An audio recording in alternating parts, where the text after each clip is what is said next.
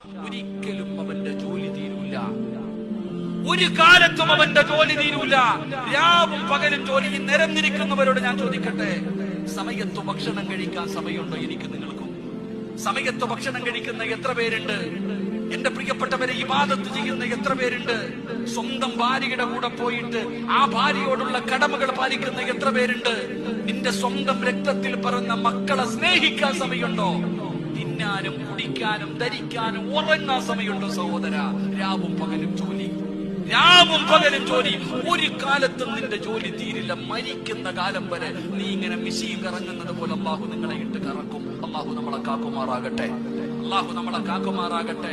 ആരുണ്ടോ രാവിലെ സുബഹിക്ക് എഴുന്നേറ്റ് 7:30 മുമ്പ് കാപ്പി കുടിക്കുന്ന എത്ര പേരുണ്ട്?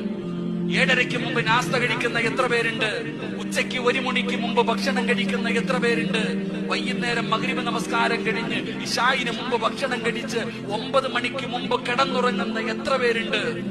മക്കളോടും ഭാര്യയോടുമുള്ള കടമകൾ പാലിക്കുന്ന എത്ര പേരുണ്ട്? സമയമില്ല നമുക്ക്. നമ്മളെല്ലാരും പറയുന്ന മറുപടി, ബിസിയാ ഉസ്താദേ, ഇത് നിനക്ക് അല്ലാഹു തന്നിരിക്കുന്ന ശിക്ഷയാടാ, ഇത് റബ്ബ് നിനക്ക് തന്നിരിക്കുന്ന ശിക്ഷ.